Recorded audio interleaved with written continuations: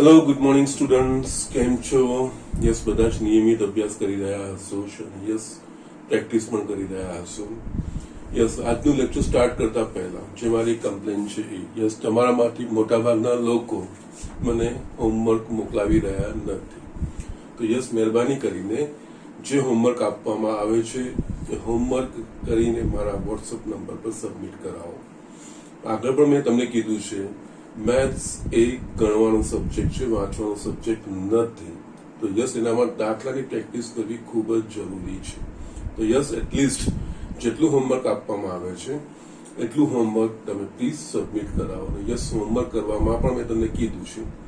Yes, જે રીતના હું એક્ઝામ્પલ કરાવું છું એ રીતના જ હોમવર્ક આપું છું. ઇન કેસ ડાઉટ્સ બી આવે છે તો યસ, વિડીયો ચાલુ કરીને જે સોલ્યુશન મેં બતાવ્યું છે એના પ્રમાણે કરતા જાઓ.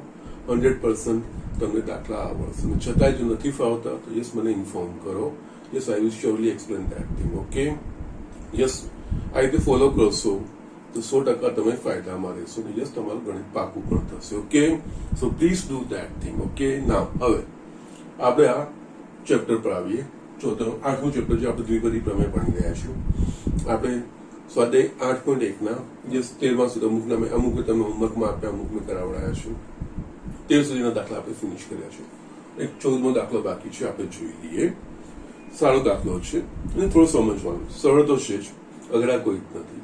ઓકે, સાબિત કરો સિગ્મા 3 ની r ઘાત ગુણ્યા NCR જ્યાં r બરાબર 0 થી n બરાબર 4 ની n ઘાત. ઓકે, યસ, બહુ સરળ છે. સાબિત કરવાનું છે ડાબી બાજુ બરાબર જમણી બાજુ આપણે એવું સાબિત કરવાનું છે. ઓકે, ના અહીંયા ડાબી બાજુ બરાબર સિગ્મા 3 ની r ઘાત ગુણ્યા NCR r બરાબર 0 to n.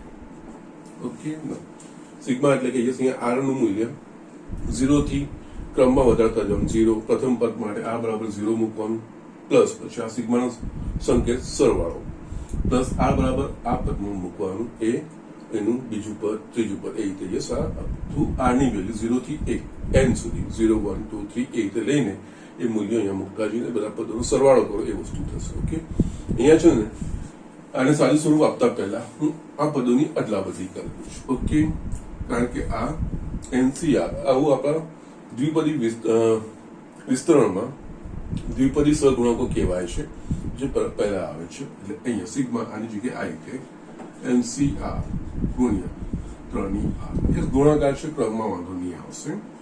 r બરાબર 0 n. યસ, r બરાબર 0 મૂકીશ એટલે પહેલું પદ આવશે. એટલે આ પહેલું પદ થશે NC0 ગુણ્યા 3 ની 0 ઘાત,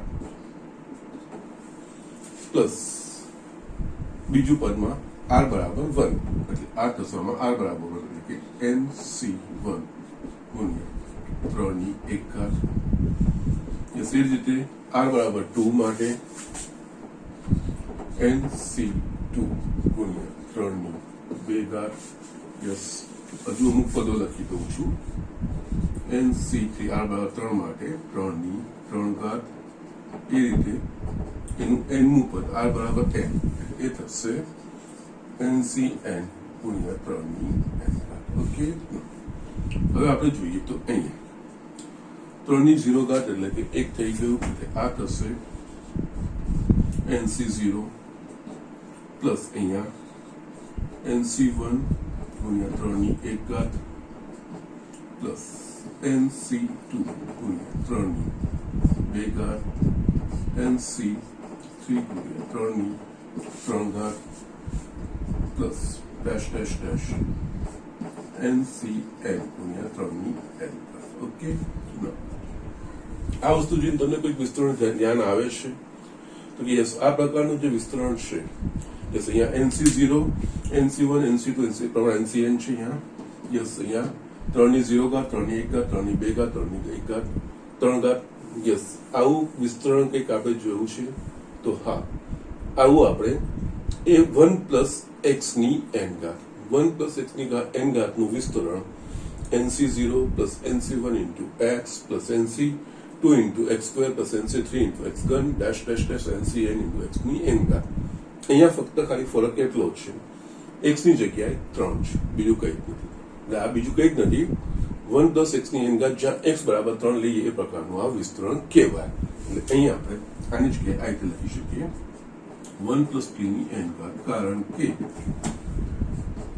1 + x ની n ઘાત બરાબર nc0 + nc1 × x + nc2 × x² - ncn × x ની n ઘાત. યસ, આ જ વસ્તુ અહીંયા છે, ફક્ત x ની જગ્યાએ અહીંયા 3 છે. x x2 3 ની 1 ઘાત 3 નો વર્ગ 3 નો ઘન એ પ્રમાણે યસ x ની n ઘાત 3 ની n ઘાત. યસ, આ જ વસ્તુ થઈ ગઈ. યસ, છેલ્લે આપણે 1 + 3 એટલે 4 થાય એટલે 4 ની n ઘાત બરાબર જમણી બાજુ, જે આપણે સાબિત કરવાનું છે. ઓકે, તો સિમ્પલ વસ્તુ હતી, પણ યસ આ રીતનું બધું આવે તો યસ આપણે આ રીતે આગળ વધી શકીએ છીએ. વિસ્તરણ લખવાનું યસ, એના પરથી ઓબ્ઝર્વેશન પરથી આપણે જે જોયા છે, આપણે અત્યાર સુધી જે દ્વિપદી પ્રમેયના આધારે જે વિસ્તરણ જોયા છે એમાં a + b ની n ઘાત, a - b ની n ઘાત, 1 + x ની n ઘાત અને 1 - x ની n ઘાત. યસ, આ વસ્તુ આપણે જોઈ છે. યસ, આપણે વિશિષ્ટ કિસ્સાઓ બી એમાં જોયા છે, એમાં બધા આવી ગયા. યસ, એના પ્રમાણેના હોય છે. યસ, એના પ્રમાણે આ વસ્તુ લખેલી છે. ઓકે, તો યસ, ઝડપથી આ વસ્તુ લખી લો. આપણે નેક્સ્ટ ટોપિક વ્યાપક પદ ને મધ્યમ પદ. યસ, એ મજાનું છે, ઇમ્પોર્ટન્ટ પણ છે. બહુની દ્રષ્ટિએ અને જેડેબલી બંનેની દ્રષ્ટિએ વસ્તુ ઇમ્પોર્ટન્ટ છે. ઓકે, તો જસ્ટ ઝડપથી આ વસ્તુ લખી. યસ સ્ટુડન્ટ, અહીંયા મેં હેડિંગ લખ્યું છે a + b ની n ઘાત જ્યાં n બિલોંગ્સ ટુ, અહીંયા આપણે જસ્ટ ધન પૂર્ણાંક ઘાત હોય એ જ વસ્તુ આપણે વિસ્તરણ જોઈ રહ્યા છે અને આપણા સિલેબસમાં એ જ વસ્તુ છે.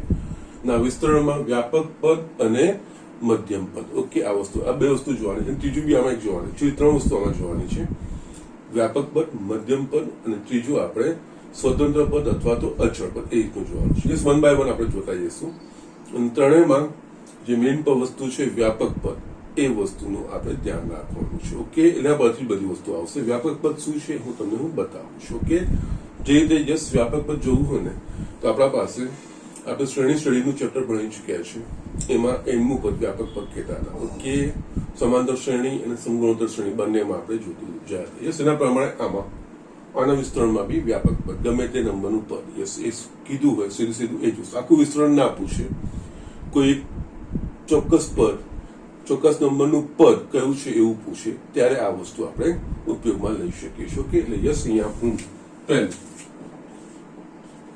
વ્યાપક પદ. યસ, વ્યાપક પદ સમજતા પહેલા આપણે અહીંયા a + b⁴ નું વિસ્તરણ આપણે જોઈએ. અહીંયા a + b⁴ એનું આપણે વિસ્તરણ લખીએ છીએ આ રીતે: nc0 a ની n ઘાત ઇન્ટુ b ની 0 ઘાત, એ પ્રમાણે લખીએ છીએ, પ્લસ nc1 a ની n - 1 ઘાત અને b ની 1 ઘાત, nc2 a ની n - 2 ઇન્ટુ b નો વર્ગ, પ્લસ nc3 a ની n - 3 b ની 3 ઘાત ડેશ ડેશ ડેશ, એનું nમું પદ આપણે આ રીતે લખીએ છીએ: ncn a ની 0 ઘાત અને b ની n ઘાત. ઓકે, a ની 0 ઘાત 1 થશે, b ની 0 ઘાત 1 થશે. ઓકે, એટલે એના પ્રમાણે આ વસ્તુ લખીએ છીએ. ઓકે, અને આ n બિલોંગ્સ ટુ n, જે ઘાત છે કોઈ ધન પૂર્ણાંક ઘાત છે. એ હવે છે ને અહીંયા વ્યાપક પદ એટલે આપણે આ પ્રથમ પદ કહેવાશે. આ વિસ્તરણ જે લખીએ છીએ ક્રમમાં, આ પહેલું પદ, આ બીજું પદ, આ ત્રીજું પદ, ચોથું પદ, અને યસ અહીંયા n છે એટલે n+, એટલે આ થશે n+1મું પદ થશે. ઓકે, તો યસ, અહીંયા આપણે વ્યાપક પદ એટલે કોઈ પણ પદ, એટલે એ લખવા માટે, એનું સૂત્ર તારવવા માટે પહેલા અમુક પદોનું આપણે નિરીક્ષણ કરીએ. એટલે અહીંયા જોઈએ તો પ્રથમ પદ, જેના સંકેતમાં આપણે t0 લખીએ. ઓકે, સોરી t1, પ્રથમ પદ t1 લખીએ. પ્રથમ પદ એટલે આ વસ્તુ થશે: nc0 a ની n ઘાત b ની 0 ઘાત. બીજું પદ t2, આ થશે બીજું પદ: nc1 a ની n - 1 b ની 1 ઘાત. ત્રીજું પદ t3, ઓકે, nc2 a ની n-2 b ની ઓકે નાઉ આટલા બધો ઇનફ છે. આના પરથી આપણે નિરીક્ષણ કરી શકીશું કે યસ કઈ રીતે આમાં પગલું આવશે. બસ અહીંયા દરેકમાં NCR તો આવે છે, R નું મૂલ્ય બદલાતું જાય છે. ઓકે બસ પહેલા પદમાં અહીંયા 0 છે તો અહીંયા 1 છે તો અહીંયા 2 બાકી છે ને આ n તો છે જ એ આ બે ની તફાવત એની ઘાત એ અને b ની ઘાત અહીંયા જે ઘાત હશે એ જ ઘાત b ની આવશે. ઓકે અને એની ઘાત આ બે ની તફાવત. ઓકે એટલે આમાં વિસ્તરણમાં પ્રથમ સ્થાને જે સંખ્યા હશે એમાં આ બે ની ઘાતનો તફાવતની ઘાત થશે અને બીજા સ્થાને જે સંખ્યા હશે એની ઘાત દરેક પ્રત્યેક પદમાં એ અહીંયા આ જે વસ્તુ લખીશું એ જ એની બીજી સંખ્યાની ઘાત થશે. ઓકે અહીંયા આપણે જોઈએ તો યસ અહીંયા 0 છે તો 1 છે તો અહીંયા 2 છે તો અહીંયા 3. યસ આ વસ્તુ લખાઈ જાય તો બાકી આ વસ્તુ તો આના પરથી જ લખાઈ જતી હોય છે. ઓકે એ અને બી ની ગાતો. ઓકે ના અહીંયા આ નિરીક્ષણ કરીશું તો આના પ્રમાણે આપણે જોવા જઈશું તો અહીંયા પદમાં છે ને આના કરતા એક વધારે આવે છે. એક 0 + 1 1 + 1 2 2 + 1 3 એટલે આના પરથી આપણે એક યસ a + b⁴n ના વિસ્તરણમાં ક્રમિક પદોનું નિરીક્ષણ કરતા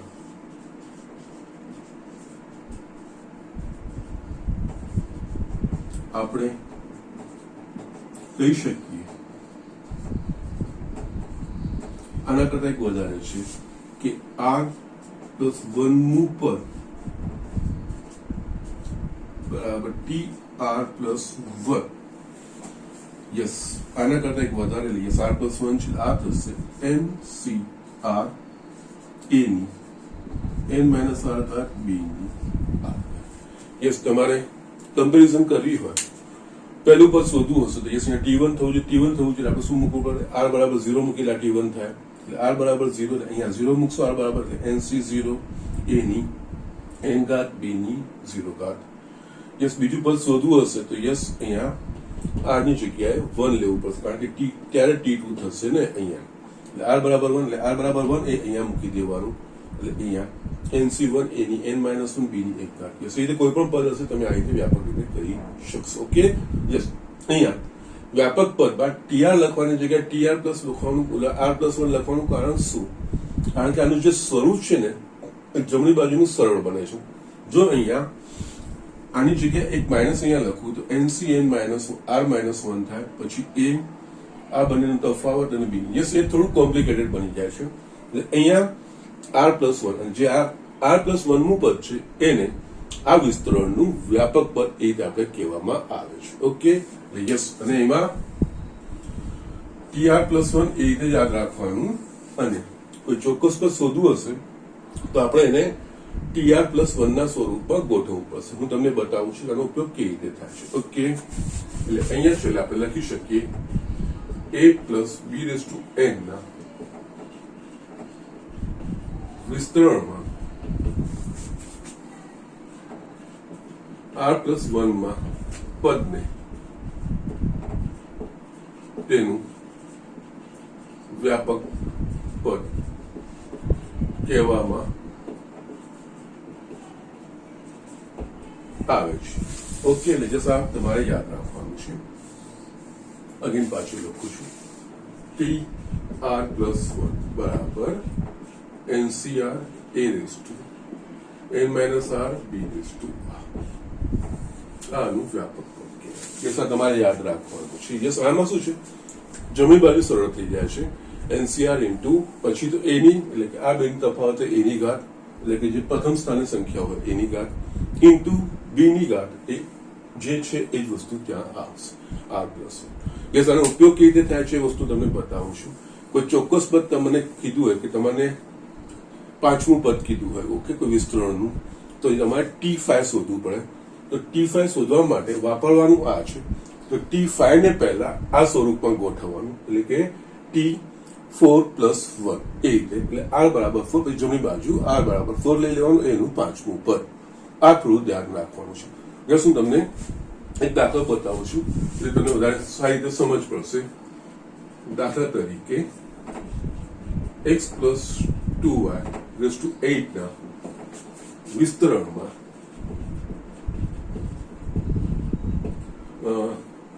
છઠ્ઠું પદ શું?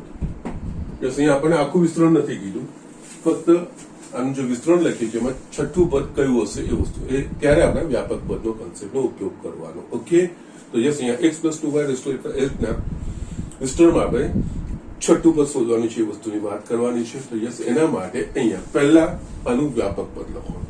એટલે અહીંયા જસ્ટ ઇન્ફોર્મેશન માટે પહેલા લખું છું, પછી તમે ડાયરેક્ટ લખવાનું છે a plus b raise to n ના વિસ્તરણમાં વ્યાપક પદ tr પ્લસ 1 બરાબર ncr a ની a માઇનસ r ઘાત b ની r. ઓકે, ના અહીંયા યસ a ની જગ્યાએ શું છે? a બરાબર x, b ની જગ્યાએ શું છે? b બરાબર 2y અને n બરાબર યસ 8 માટે x plus 2y rays two 8 નું વ્યાપક પદ એટલે કે tr પ્લસ 1. અહીંયા હવે આ જે વસ્તુઓ છે આનામાં એની જગ્યાએ a ની જગ્યાએ x મૂકવાનો, b ની જગ્યાએ 2y મૂકવાનો અને n ની જગ્યાએ 8, એટલે આ લખાશે 8cr.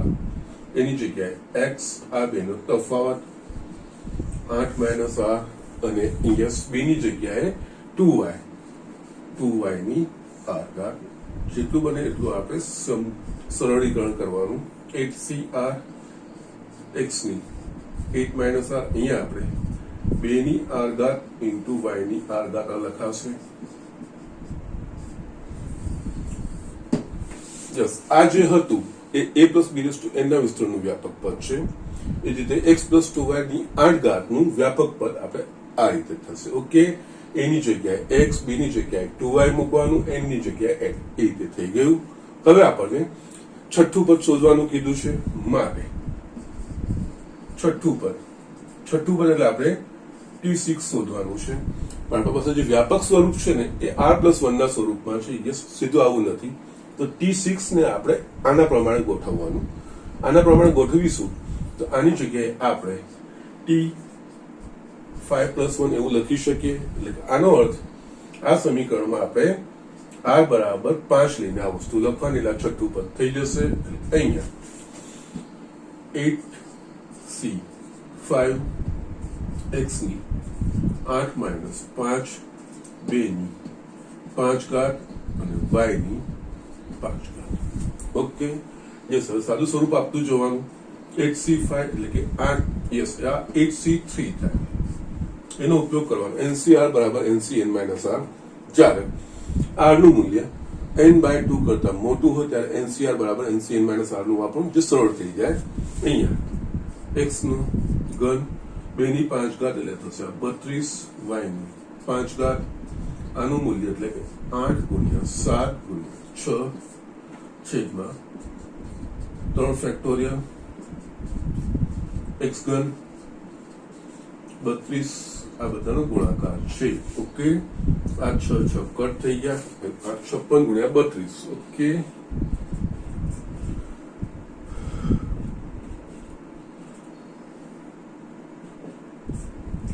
ના 1792 એટલે યસ, આનું થશે છઠ્ઠું પદ t6 બરાબર 1792 x ઘન y ની 5 ઘાત. સો જસ્ટ આ રીતે તમારે દાખલાઓ કરવાના છે. એટલે આ રીતે વ્યાપક પદનો કન્સેપ્ટ છે. ઓકે, યસ, અહીંયા આપણે વ્યાપક પદનું સૂત્ર tr નહીં પણ tr પ્લસ એ રીતે યાદ રાખવાનું, કારણ કે tr+1 માં જમણી બાજુ બહુ સરળ થઈ જાય છે. ncr ઇન્ટુ a ની n માઇનસ r ઘાત ઇન્ટુ b ની r ઘાત. ઓકે, એ a plus b raise to n ના વિસ્તરણનું વ્યાપક પદ છે. પણ આપણને જે દાખલાઓ પૂછે એમાં એ અને બી ની જગ્યાએ બીજી કોઈ સંખ્યા હોઈ શકે અથવા તો બીજા કોઈ ચલ હોઈ શકે અને એન બરાબર કોઈક સંખ્યા બીજી પૂર્ણાંક સંખ્યા હોઈ શકે. તો એના પ્રમાણે આ વસ્તુ આમાં આપણે મૂકવાની હોય અને એના પ્રમાણે આનું વ્યાપક પદ આપણે આ રીતે લખવાનું. પછી જે નંબરનું પદ આપણે શોધવાનું કીધું હોય, અહીંયા T6 કીધું છે, એને આ સ્વરૂપમાં ગોઠવવાનું. કારણ કે આપણે વ્યાપક પદ R+1 ના સ્વરૂપમાં લખીએ છીએ. એટલે યસ T6 ને આ સ્વરૂપમાં લખ્યું હશે T5+1, એટલે કે એનો મતલબ T6 શોધવું હોય તો આ સમીકરણમાં આપણે R બરાબર 5 થાય છે જમણી બાજુ. યસ, જ્યાં જ્યાં R દેખાય ત્યાં 5 મૂકવાનું. યસ, સાદું સ્વરૂપ આપતું જવાનું, સીધું તમારે છઠ્ઠું પર. એટલે આખું વિસ્તરણ કરવાની જરૂર નથી. કોઈ એક ચોક્કસ તમને પદ શોધવાનું કે એને આપણે વ્યાપક પદ કહીએ છીએ. યસ, વ્યાપક પદનું સૂત્ર આપણે યાદ રાખવાનું છે ને આ રીતે દાખલાઓ કરવાના છે. ઓકે, સો જસ્ટ ઝડપથી આ વસ્તુ લખી દો. આપણે આમાં આગળ મધ્યમ પદનો કન્સેપ્ટ જોયું, જે આનું એક્સટેન્શન જ છે, બીજું કંઈ જ નથી. ઓકે, તો જસ્ટ ઝડપથી આ વસ્તુ લખી દો.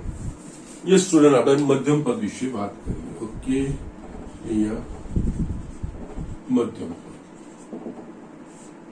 ઓકે, યસ, મધ્યમ પદની વાત કરીએ તેના પહેલા છે ને આપણે અમુક પ્રેક્ટિકલી સિમ્પલ એક્ઝામ્પલથી આપણે વિચારીએ.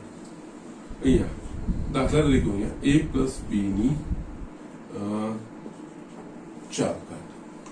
ઓકે, a+b ની 4 ઘાત, આવું મારા પાસેનું વિસ્તરણ હોય. એટલે અહીંયા આપણને ખબર છે આના વિસ્તરણમાં પદોની સંખ્યા કેટલી થશે? 4 + 1 એટલે કે 5. એટલે કુલ પદ 5 ક્રમમાં આપણે લખીશું. તો આનું મધ્યમ પદ વચ્ચેનું પદ કેવું આવશે? તો ત્રીજા નંબરનું પદ. અહીંયા છે ને જસ્ટ આગળ લખતો છું, કુલ પદની સંખ્યા બરાબર 5 અને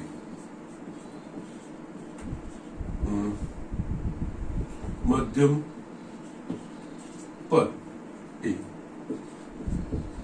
ત્રીજું પદ. મધ્યમ પદ એટલે કે આખા વિસ્તરણમાં જે વચ્ચે આવતું હોય એ મધ્યમ પદ કહેવાય. બરોબર છે?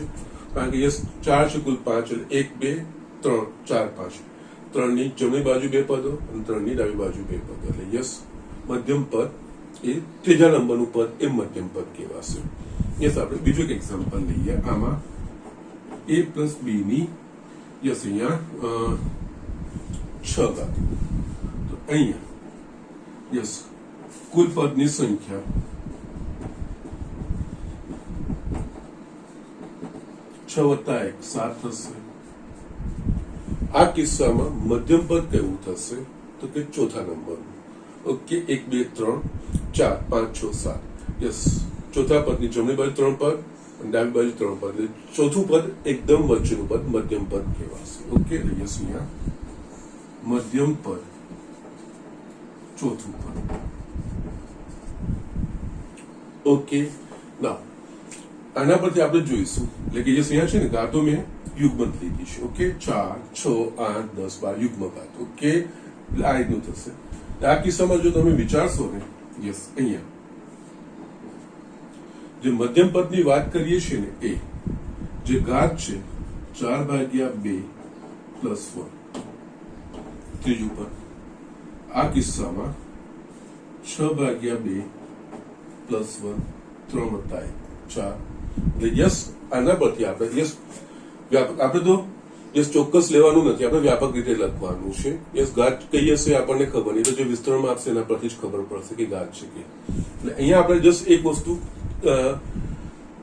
નોંધી શકીએ કે જો a+b ની યુગ્મ ઘાત હોય, ઓકે, એટલે બેકી સંખ્યાની ઘાત હોય, તેનું મધ્યમ પદ n/2 + 1 4/2 + 1 અહીંયા 6/2 + 1. એટલે કે યસ અહીંયા n યુગ્મ હોય તો મધ્યમ પદ જો કઈ n આપણે n યુગ્મ લઈ લઈએ તો યસ યુગ્મ આપેલું હોય તો n/2 n/2 વત્તા એકમું પદ એ એનું મધ્યમ પદ થાય. ઓકે, ના હવે છે ને આપણે અયુગ્મ ઘાતનો વિચાર કરીએ. એટલે અહીંયા આપણે લઈએ a+b ની 5 ઘાત. a+b ની 5 ઘાત એટલે આના વિસ્તરણમાં કુલ પદની સંખ્યા બરાબર 6. હવે આમાં મધ્યમ પદ કયું થાય? યસ, 6 પદ થાય તો 6 ના 2 અડધા ભાગ કરીશું, 3/3 મધ્યમ પદ કોઈ મળશે નહીં. પણ આ કિસ્સામાં 2 મધ્યમ પદ થશે, એક ત્રીજું અને ચોથું. એ બંને મધ્યમ પદ કહેવાશે. એકદમ વચ્ચોવચ આવે છે. ત્રીજું અને ચોથું યસ વચ્ચેથી ભાગ પાડી શકાશે નહીં. ત્રીજું અને ચોથું કે યસ 3 ની નીચે પહેલું ને બીજું, 4 ની નીચે પાંચમું છઠ્ઠું. ઓકે, એટલે 4 પછી 2 પદો છે ને યસ 3 ની નીચે 2 પદો છે. યસ અહીંયા ત્રીજું અને ચોથું પદ એ તમારા મધ્યમ પદ કહેવાશે. યસ અહીંયા આ કિસ્સામાં મધ્યમ પદ ત્રીજું અને ચોથું પદ. ઓકે, આપણે બીજું એક લઈ ગયા આમાં અયુગ્મ ઘાત વાળું a પ્લસ b ની 7 ઘાત. કુલ પદની સંખ્યા 8. આ કિસ્સામાં બી યસ કોઈ એકની 2 પદો મળશે. ઓકે, એક ચોથું અને એક પાંચમું. ઓકે, કારણ કે 4 ની નીચે 3 પદ, 5 ની ઉપર 3 પદો, 6, 7, 8 અને 1, 2, 3. યસ અહીંયા પણ 2 પદ. અહીંયા મધ્યમ પદ ચોથું અને પાંચમું પદ. યસ એક વસ્તુ આપણે નક્કી થઈ, જો a પ્લસ b માં ઘાત જો યુગ્મ હોય તો મધ્યમ પદ એક જ મળે, અને જો a પ્લસ b ના વિસ્તરણમાં ઘાત જો અયુગ્મ હોય તો 2 મધ્યમ પદ મળે. ઓકે, યસ યુગ્મ હોય તો મધ્યમ પદ કહ્યું તો n ભાગ્યા 2 પ્લસ 1મું પદ એનું મધ્યમ પદ કહેવાય. આના વિશે વિચાર કરીશું તો અહીંયા જે 2 પદો છે ને અહીંયા ત્રીજું ચોથું કેવી રીતે આવે છે તો યસ આ 5 છે, 5 પ્લસ 1/2 અને 5 પ્લસ 1/2 પ્લસ 1. આમાં એક ઉમેરીને ભાગ્યા 2, 5 એટલે 6 એટલે ત્રીજું, અને યસ આમાં એક ઉમેરી તો ચોથું. એ જ રીતે અહીંયા 7 પ્લસ 1/2, 7 પ્લસ 1/2 પ્લસ 1. 8 ભાગ્યા 2 4, અને 4 વત્તા 1 5. ઓકે, એટલે વ્યાપક રીતે જો આ n અયુગ્મ હોય તો એના મધ્યમ પદો કયા કયા તો કે n પ્લસ 1/2 મું પદ અને n પ્લસ 1/2 પ્લસ 1મું પદ એ મધ્યમ પદ કહેવાશે. ઓકે, એટલે જસ આખું સમઅપ કરીએ, જસ યુગ્મ કે અયુગ્મ, કારણ કે આપણે n એ પ્રાકૃતિક સંખ્યા માટે જ વિચારી રહ્યા છે, એટલે યુગ્મ ઘાત અથવા અયુગ્મ ઘાત હોય, બેમાંથી એક હોય. ઓકે, તો યસ આ બે જ વસ્તુ હોય. અહીંયા એક જનરલ કન્ક્લુઝન પર આપણે એવું પહોંચીએ કે a પ્લસ b n ના વિસ્તરણમાં જો n યુગ્મ હોય તો એ વિસ્તરણમાં મધ્યમ પદ એક જ મળે, અને કયા નંબરનું પદ મધ્યમ પદ થાય તો n ભાગ્યા 2 પ્લસ 1મું પદ એ મધ્યમ પદ થાય. અને જો n એ અયુગ્મ હોય તો તેના વિસ્તરણમાં આપણને 2 મધ્યમ પદો મળે. કયા પદો મધ્યમ પદ હશે તો કે n પ્લસ 1/2 મું પદ અને n પ્લસ 1/2 પ્લસ 1મું પદ, આ 2 એના મધ્યમ પદો થશે. ઓકે, તો જસ્ટ આ રીતે થશે. ઓકે, એટલે અહીંયા હવે નોંધ લખીએ. જસ હવે a plus b raise to n ના વિસ્તરણમાં જો n યુગ્મ હોય તો એક મધ્યમ પદ મળે, અને n/2 પ્લસ 1 અથવા તો જે સાદું સ્વરૂપ આપીશું તો n પ્લસ 2/2 મું પદ એ મધ્યમ પદ. ઓકે, જસ્ટ મેં પ્રેક્ટિકલી જસ્ટ આપણે રિયલ એક્ઝામ્પલ લઈને એના પરથી આ વસ્તુ મેં તારવ્યું છે. આમાં જો n અયુગ્મ હોય તો 2 મધ્યમ પદો મળે, અને યસ n પ્લસ 1/2 તથા n પ્લસ 1/2 પ્લસ 1મું પદ, એટલે કે આનું સાદું સ્વરૂપ કરું છું, n પ્લસ 1/2 તથા આ થાય n પ્લસ 3/2. આનું સાદું સ્વરૂપ આપણે લસા લઈને કરીશું. નું પદ મધ્યમ પદ. ઓકે, એટલે એમ જોવા જઈએ તો વ્યાપક રીતે ત્રણ સંખ્યાઓ છે, n+1/2, n+2/2 અને n+3/3. આમાંથી જો ઘાત યુગ્મ હોય તો n+2/2 નું પદ એ મધ્યમ પદ, એક જ મધ્યમ પદ, અને જો ઘાત અયુગ્મ હોય તો n+1/2 નું અને n+3/2 નું પદ એ બે મધ્યમ પદો મળે. Okay, yes. એટલે અહીંયા મધ્યમ પદ શોધવાનું આપણે જયારે કહે ને તો પહેલા ઘાત પરથી કયા નંબરનું પદ મધ્યમ પદ થશે એ વસ્તુ શોધી કાઢવાનું.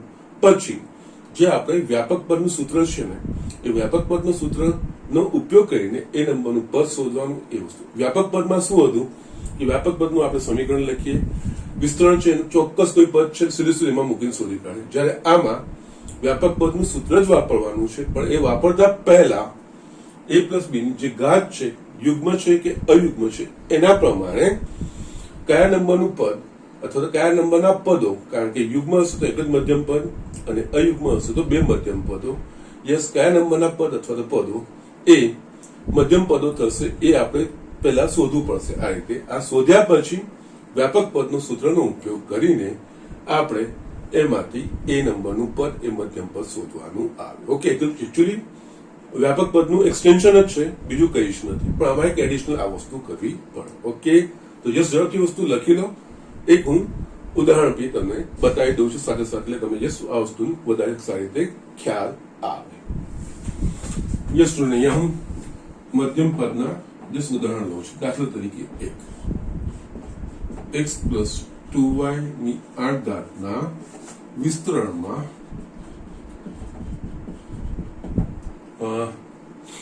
મધ્યમ પદ શોધો. યસ, અહીંયા તમને કયા નંબરનું પદ એવું નથી કીધું, પણ સીધું જ મધ્યમ પદ કીધું છે. એટલે આપણે શોધવું પડશે પહેલા કે અહીંયા કયા નંબરનું પદ મધ્યમ પદ થશે. અહીંયા ઘાત 8 છે, અહીંયા n = 8 એ યુગ્મ છે, મારે એક મધ્યમ પદ મળે અને યસ એક મધ્યમ પદ એટલે કહ્યું હતું કે n/2 એટલે કે 8/2 + 1 એટલે કે પાંચમું પદ મધ્યમ પદ.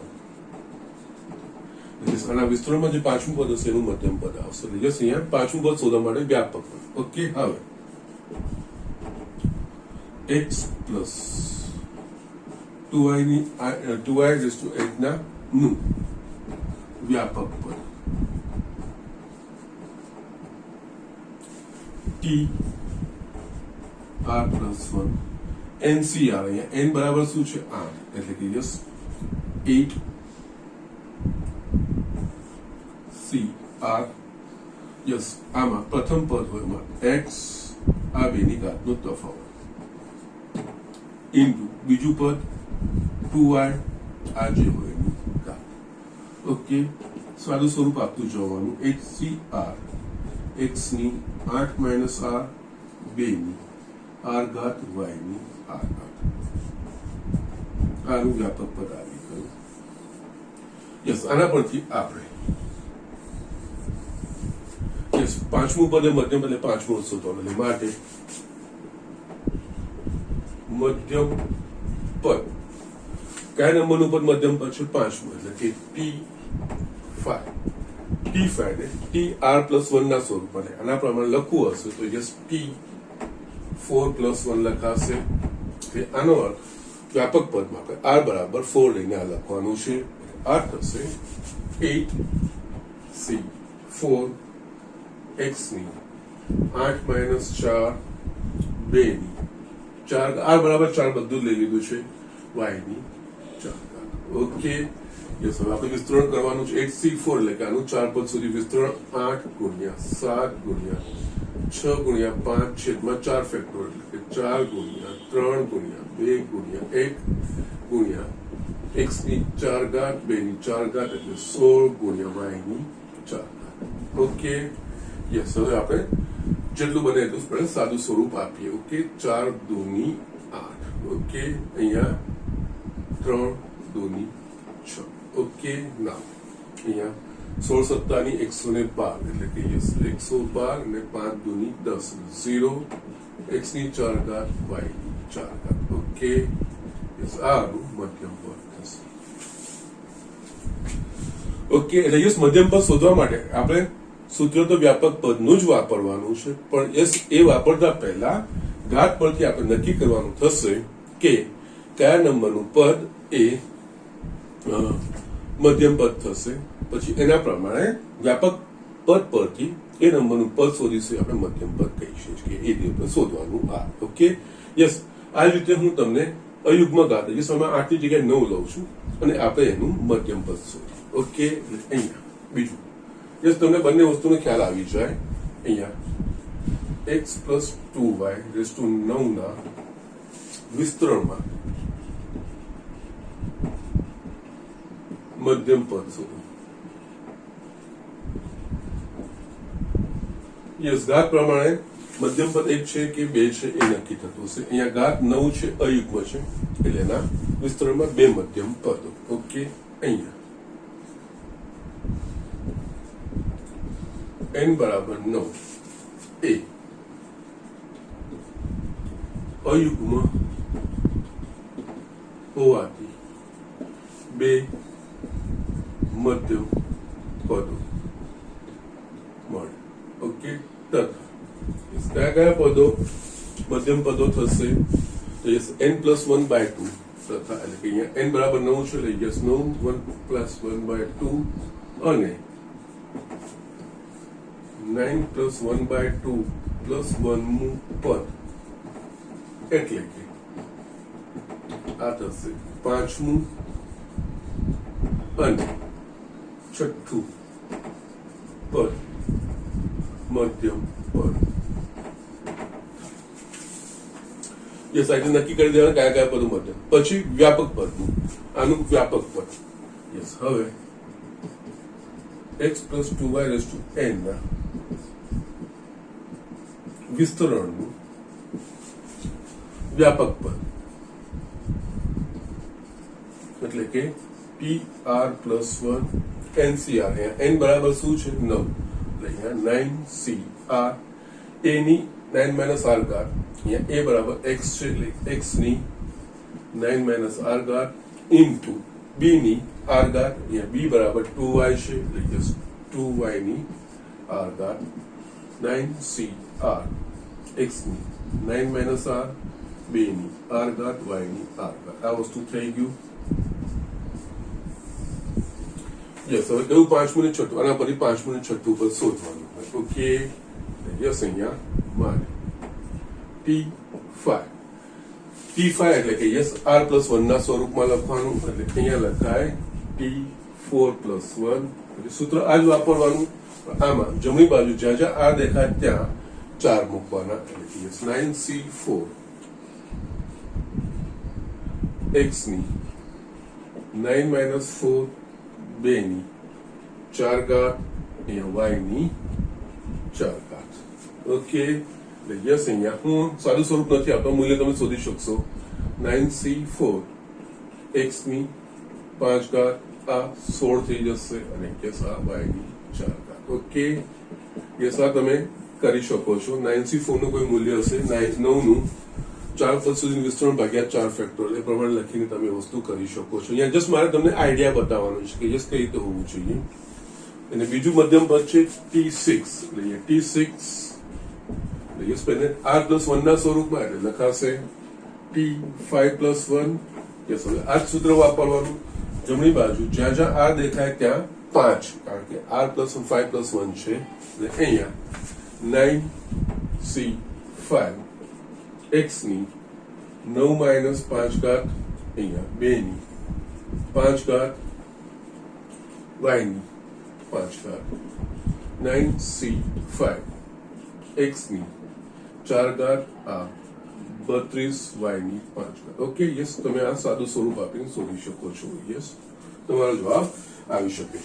અહીંયા મેઇન મારો જે ઇન્ટેન્શન છે એ આઈડિયા આપવાનો છે કે કઈ રીતે આ વસ્તુ થતી હોય છે. ઓકે, બાકી આ 9C4 ને 9C5 એ ગણતરીઓ તમે કરીને કેલ્ક્યુલેટરના ઉપયોગથી પણ જવાબ શોધી શકો છો. ઓકે, તો જસ્ટ આ વસ્તુ છે. એટલે અહીંયા મધ્યમ પદ એ બીજું કઈ નહીં, વ્યાપક પદનું એક્સટેન્શન જ છે. એમાં વ્યાપક પદનો જ ઉપયોગ કરવાનો આવે છે.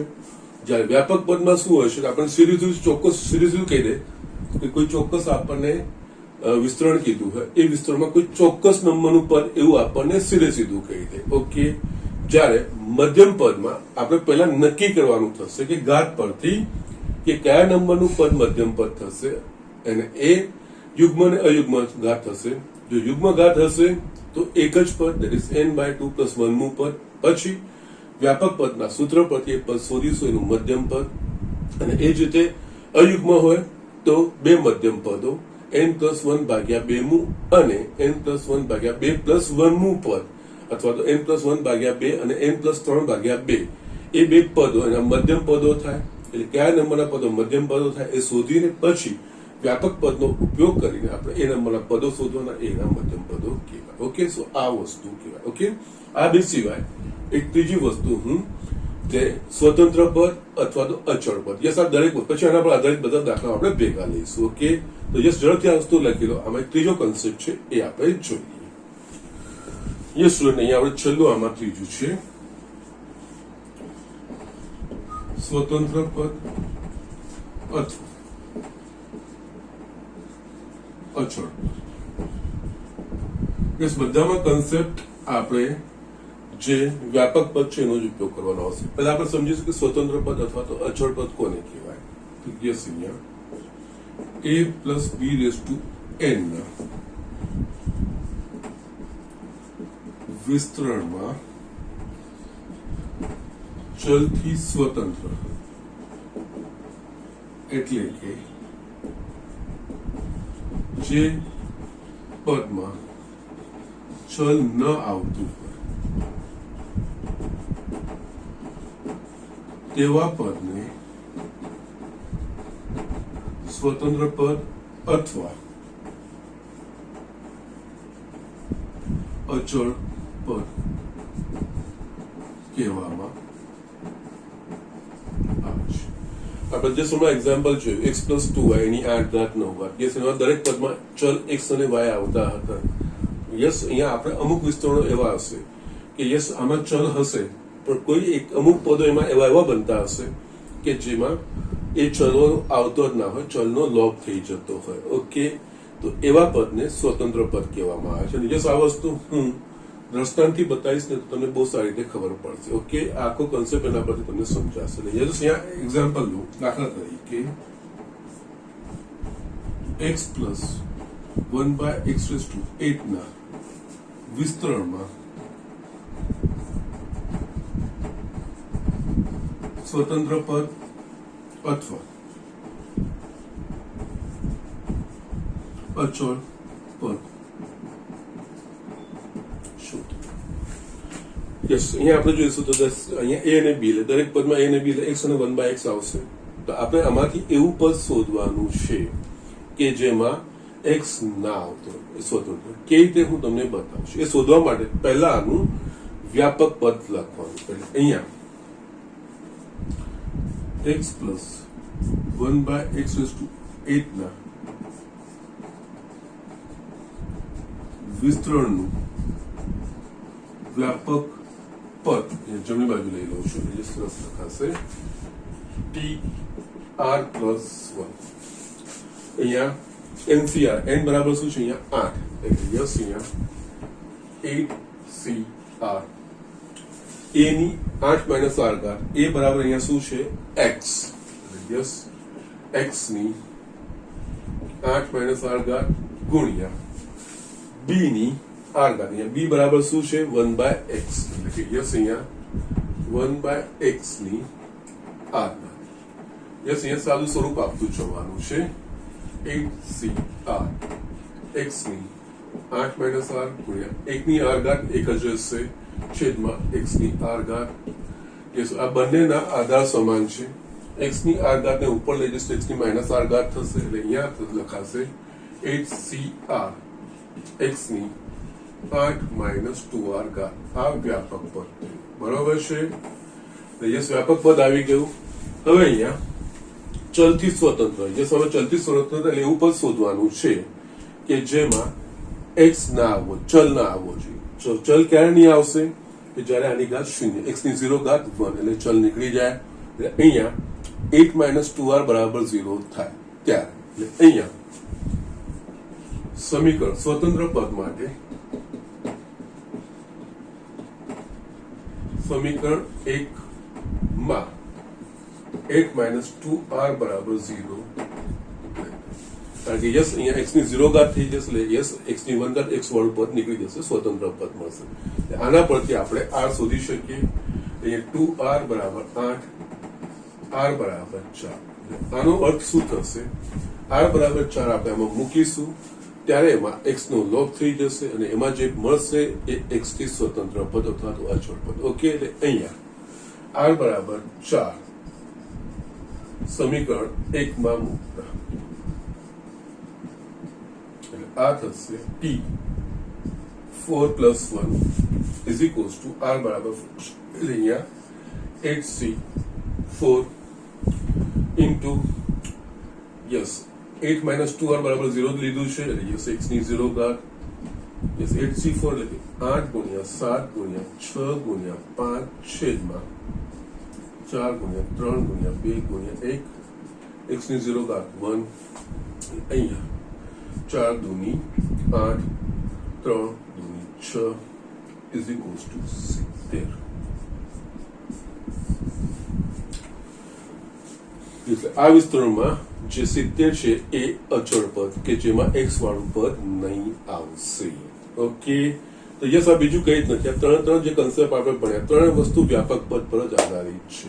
ઓકે, યસ અહીંયા x પ્લસ અથવા તો a પ્લસ b આખાની n ઘાતનું વ્યાપક પદ tr પ્લસ 1 બરાબર ncr ઇન્ટુ a ની n માઇનસ r ઘાત ઇન્ટુ b ની r ઘાત એનું વ્યાપક પદ કહેવાય. પછી આપણને વ્યાપક પદ માટે આપણને કોઈ ચોક્કસ વિસ્તરણ કીધું એનું કોઈ ચોક્કસ નંબરનું પદ એટલે એ વ્યાપક પદ આપણે શોધી શકીએ. પછી મધ્યમ પદ, અગેન મધ્યમ પદનો કન્સેપ્ટ આવે તો એમાં વ્યાપક પદના સૂત્રનો ઉપયોગ જ કરવાનો છે, પણ ડાયરેક્ટ નહીં. પહેલા ઘાત યુગ્મ છે કે અયુગ્મ છે એના પરથી મધ્યમ પદ 1 કે મધ્યમ પદ 2 મળશે એ. જો યુગ્મ હોય તો મધ્યમ પદ 1 અને કયા નંબરનું પદ મધ્યમ પદ n ભાગ્યા 2 પ્લસ 1 માં નંબરનું પદ એ મધ્યમ પદ. પછી કયા નંબરનું પદ મધ્યમ પદ થાય શોધીને પછી વ્યાપક પદનો સૂત્રનો ઉપયોગ કરીને એ નંબરનું પદ શોધીશું એટલે મધ્યમ પદ કહેવાય જશે. ને એ જ રીતે અયુગ્મ માટે જો ઘાત અયુગ્મ હશે તો 2 મધ્યમ પદો અને કયા નંબરના પદો મધ્યમ પદો તો કે n પ્લસ 1 ભાગ્યા 2 અને n પ્લસ 3 ભાગ્યા 2 એ 2 પદો એ 2 નંબરના પદો એ મધ્યમ પદો કહેવાય. વ્યાપક પદનો સૂત્રનો ઉપયોગ કરીને યસ એ નંબરના પદો શોધવાના અને યસ એના મધ્યમ પદો મળી જાય. સ્વતંત્ર અથવા તો અચળ પદ એટલે કે જે ચલથી મુક્ત હોય આખા વિસ્તરણમાં એવું પદ એ સ્વતંત્ર અથવા અચળ પદ કહેવાય. તો એના માટે શું કરવાનું હોય તો જે વિસ્તરણ આપ્યું હોય વિસ્તરણનું વ્યાપક પદ શોધી કાઢવાનું, જેટલું બને એટલું શક્ય એટલું સાદું સ્વરૂપ આપવાનું. પછી એમાં ચલથી મુક્ત એટલે કે એમાં વ્યાપક પદમાં જે ચલની ઘાતો આવતી હોય એ ચલની ઘાતો શૂન્ય થવી જોઈએ. તો યસ એના માટે શૂન્ય કરવાનું, એના પરથી જે આર નું મૂલ્ય મળે એ આર નું મૂલ્ય પાછું એમાં મૂકીશું તો યસ એ આપણને એ ચલથી મુક્ત એટલે કે સ્વતંત્ર પદ અથવા તો અચળ પદ મળે છે. અહીંયા આપણે બતાવીશું. ઓકે, તો યસ અહીંયા મેઇન મારે આ ત્રણ વસ્તુ કેવી રીતે એકબીજા સાથે જોડાય છે, આ પદોનો અર્થ શું થાય એ વસ્તુ મેઇન મારે ક્લિયર કરવી હતી. આના પર આધારિત જે દાખલાઓ છે એ આપણે નેક્સ્ટ લેક્ચરમાં લઈશું. પણ આ ત્રણેય વસ્તુ તમારે યસ એક તો પહેલા આપણે વિસ્તરણ છે એનું સૂત્ર, એ વિસ્તરણ પરથી વ્યાપક પદના મધ્યમ પદના યસ આ વસ્તુ સ્વતંત્ર પદ શું છે, આ ત્રણેય કન્સેપ્ટ યસ વ્યવસ્થિત વાંચજો અને આના પર આધારિત દાખલા ગણીશું તો ખૂબ મજા પણ આવશે અને યસ સરળતાથી ગણી પણ શકાશે. ઓકે, તો આજનું લેક્ચર હું અહીંયા ફિનિશ કરું છું.